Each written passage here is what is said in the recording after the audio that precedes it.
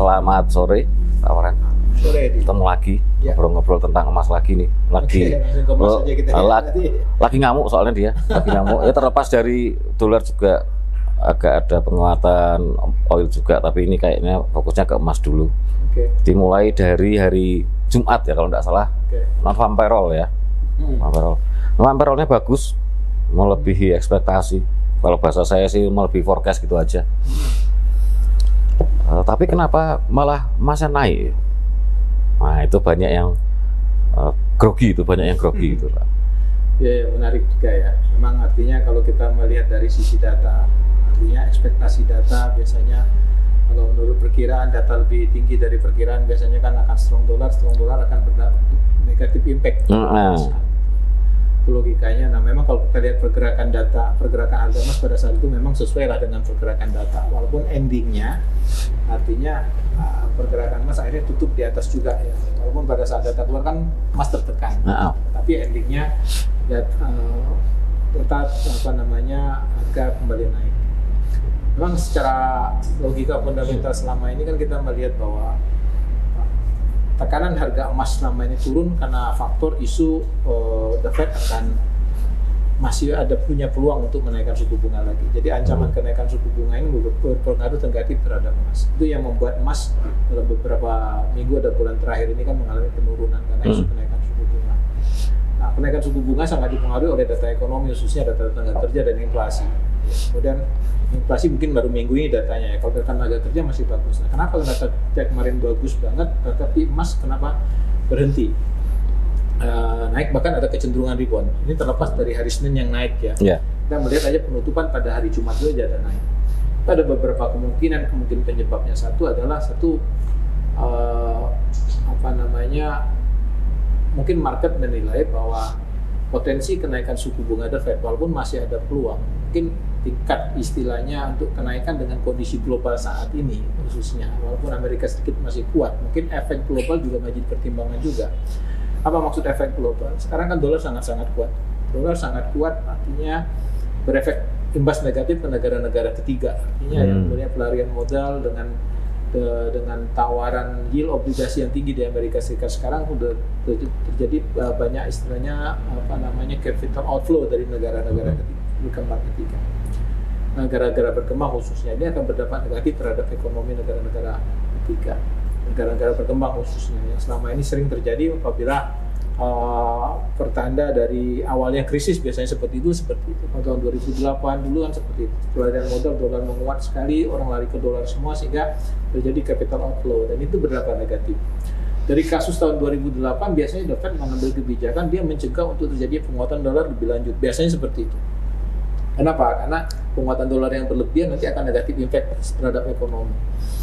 Nah ini mungkin pasar juga mengarah ke sana. Kenapa? Kita lihat bahwa sekarang kita lihat negara-negara ketiga sudah banyak isu capital outflow dengan yield obligasi yang Amerika yang punya daya tarik tinggi saat ini. Nah, apalagi isu bahwa The Fed masih pengetatan, masih menaikkan suku bunga, itu membuka peluang yield obligasi semakin melebar dan ini akan memperbesar resiko capital outflow. Nah ini mungkin market sedang melihat bahwa dengan kejadian masa lalu seperti itu biasanya The Fed mulai dengan kondisi seperti ini akan lebih sedikit tidak terlalu agresif lagi mungkin ada potensi di sini. Jadi bisa saja market menilai bahwa walaupun data kemarin sangat bagus tapi dengan pertimbangan global saat ini kemungkinan juga The Fed juga kemungkinan untuk agresif sudah mulai berkurang juga misalnya. Itu saja menganggap bahwa kemungkinan walaupun data bagus ini kemungkinan The Fed tidak akan menaikkan suku bunga juga, mungkin loh, itu bisa jadi ada satu kemungkinan. Apalagi sifat pasar kan pasar itu kan selalu melihat prospek ke depannya. Lihat prospek ke depannya artinya apabila misalnya bisa juga satu alasan misalnya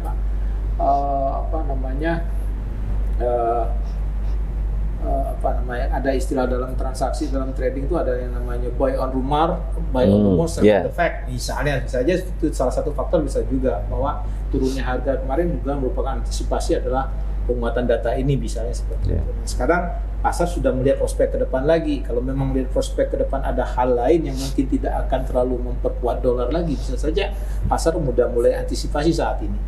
Itu bisa saja. Salah satu alasan saya bilang kemungkinan isu The Fed untuk menaikkan suku bunga pada pertemuan akhir bulan ini dan awal November ini mungkin agak berkurang juga. Nah ini yang mungkin yang mulai pasar bereaksi melihat prospek ke depannya, yaitu prospek terjadinya koreksi di dolar. Kenapa ada koreksi dolar? Karena ekspektasi kenaikan sudah mulai agak berkurang, misalnya seperti itu. Nah melihat prospek ini biasanya dari sisi historis dulu, apabila the Fed sudah mulai beralih perubahan kebijakan, biasanya akan terjadi suatu perubahan tren juga terjadi produk-produk tertentu, termasuk juga harga emas misalnya.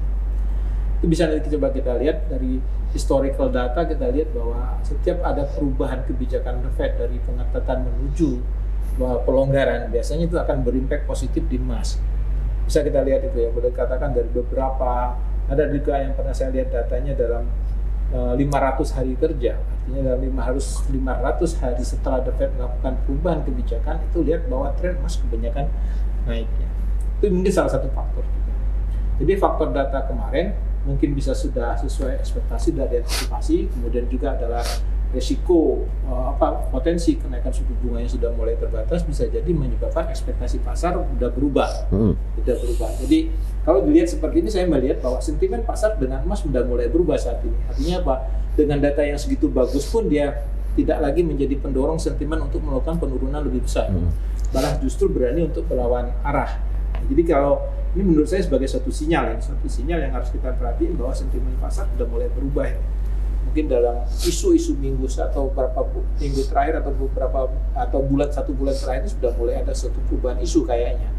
Walaupun kita nggak tahu ya ke depannya ini prospek apa yang membuat isu ini berubah. Tapi untuk saat ini sudah ada indikasi ada suatu perubahan sentimen kalau saya lihat. Kenapa saya berani bilang seperti itu? Pada saat data bagus aja dia berani tutup closing ke atas untuk di emasnya.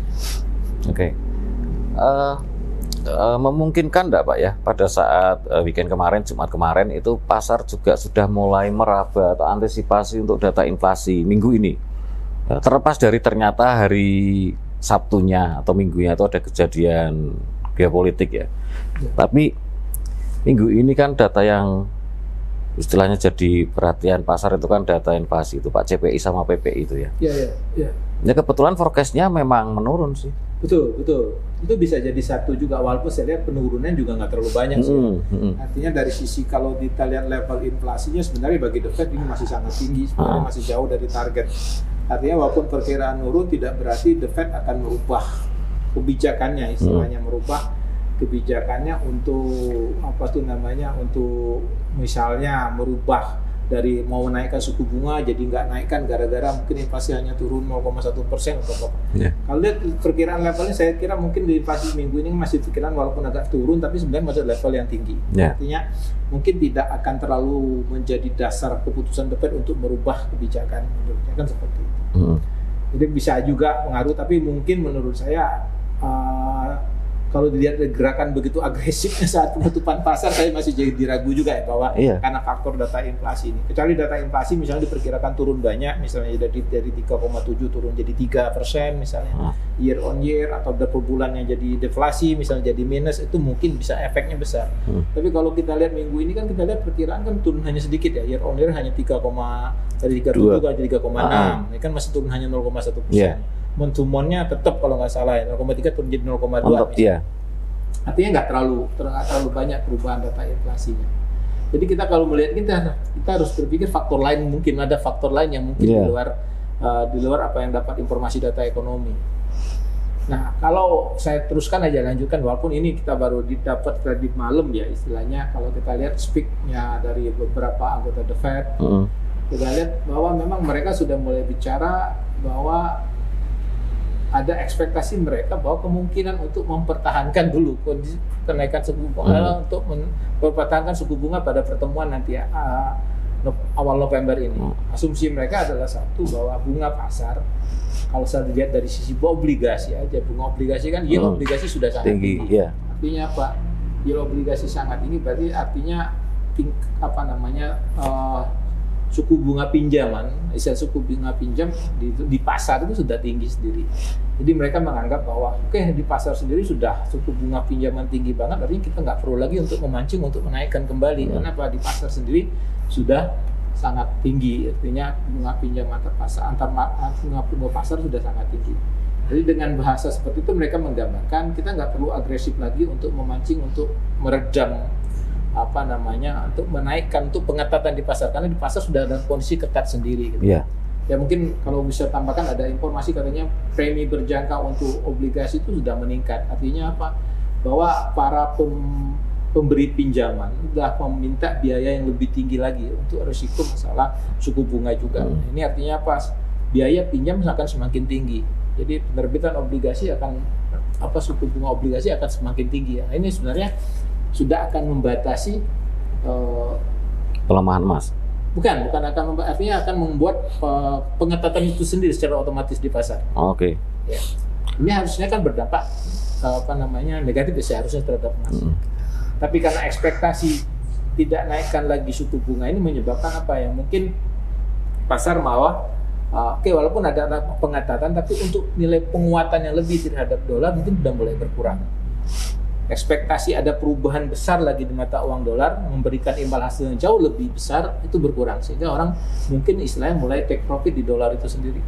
Take profit di dolar sendiri otomatis akan membuat pelemahan dolar, otomatis nilai aset dalam dolar akan sedikit naik. Bisa kita lihat sekarang misalnya contoh harga emas memang mungkin kalau faktor emas naik, adalah harga saham Dow Jones, indeks Dow Jones juga mengalami kenaikan.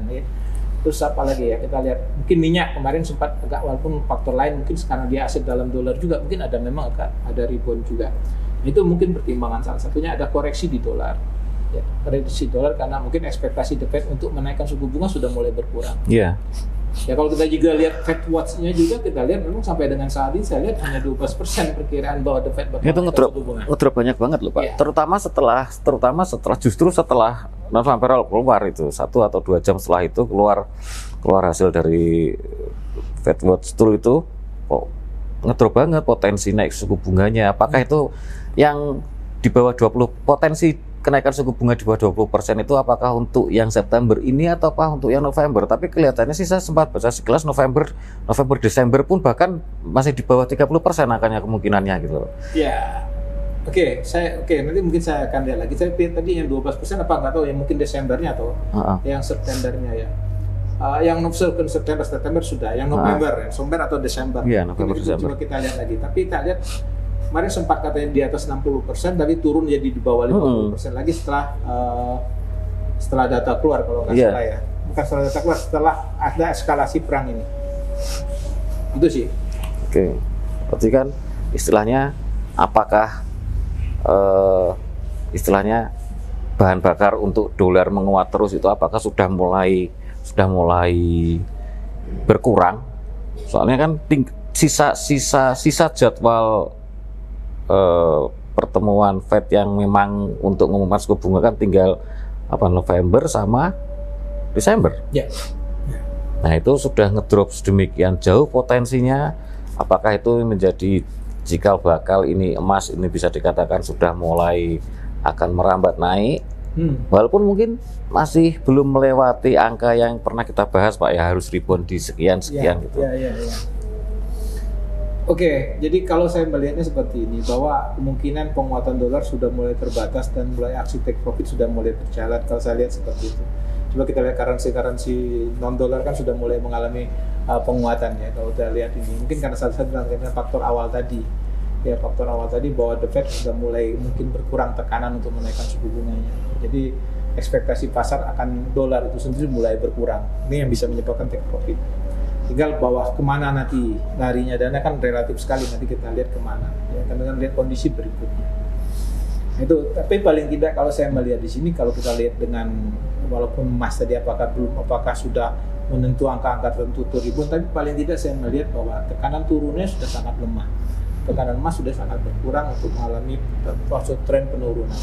Walaupun ini boleh dikatakan sinyal awal pembalikan arah, ya mungkin aja ya, walaupun saya bilang belum perlu didukung konsolidasi dulu lah. Biasanya kalau belum ada konsolidasi yang kuat, biasanya pembalikan arahnya tidak akan terlalu kuat juga.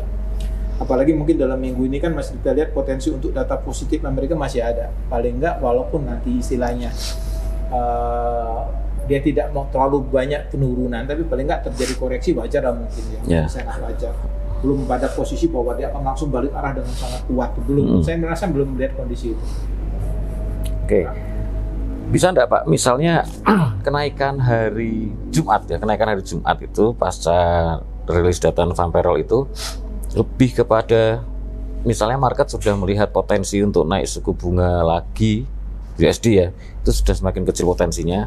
Terus pasar juga mulai apa istilahnya, bargain hunting itu apa sih? Beli di harga yang dianggap oh ini sudah berat ini untuk tembus ke bawah. Ya itu bisa saya bilang tadi karena faktor penurunan emas karena faktor penguatan dolar jelas terbatas ya. Padahal nilai inflasi masih tinggi. Yang kita lihat adalah juga bahwa untuk obligasi 10 tahun dan 30 tahun kita lihat yieldnya sudah mulai agak turun. Termasuk juga yang 2 tahun sudah agak, artinya apa? Pasar sudah mulai kembali ke pasar obligasi. Ada indikasi memang ini sinyal bahwa akan ada perlambatan ekonomi, artinya akan ada perlambatan ekonomi. Walaupun saya nggak tahu nanti kita lihat perkembangan data inflasinya. Tapi pasar saya sudah mulai ada pindah ke obligasi dengan turunnya yield. Ya. Ini juga salah satu indikasi mungkin ya, indikasi bahwa agresivitas The Fed berkurang, itu salah satu indikasi. Dan pasar juga mungkin melihat ada risiko ekonomi juga setelah ini. Karena The Fed walaupun dengan suku bunga yang tinggi dan cukup waktu yang lama, kan kalau misalnya istilahnya perekonomian memang global sudah mulai terpengaruh, dolar juga masih sangat kuat, maka akan menambah sendiri. Dan itu mungkin pasar sudah menganggap bahwa oke, kita lihat potensi berikutnya apa. Nah di sini saya melihat di situ bahwa faktor emas ini lebih cenderung itu tadi, lebih cenderung karena isu sebelumnya turun karena faktor ekspektasi dolar, penguatan dolar, tapi ekspektasi dolar sudah mulai berhenti, otomatis faktor penurunan jelas berkurang. Nah tinggal apakah akan rebound yang kuat, apakah akan pembalikan arah yang kuat, ini kan perlu kondisi berikutnya. Dia bisa naik, akan kuat banget naik kalau memang nanti misalnya bahwa tren dolar, penguatan dolar juga mulai sangat mengalami pelemahan, bisa karena faktor misalnya menguatnya mata uang lain, misalnya yen yang sangat kuat, misalnya indeks dolar yang menaik lagi, euro dengan bangkitnya ekonomi atau gimana, walaupun kita masih melihat kecil kemungkinan bangkit ekonomi. Ini siap penguatan euro dan pound sterling sekarang lebih cenderung karena faktor koreksi di dolar aja ya. Bukan karena faktor mereka lebih baik untuk sehingga seperti itu. Jadi kalau dilihat dari kondisi ini harusnya ya bahwa pembalikan arah dolar dalam waktu pendek ini kayaknya kenaikan emas yang signifikan dalam jangka pendek ini kayaknya belum dulu selama bulan Oktober ini. Itu kalau diarahkan ke sana.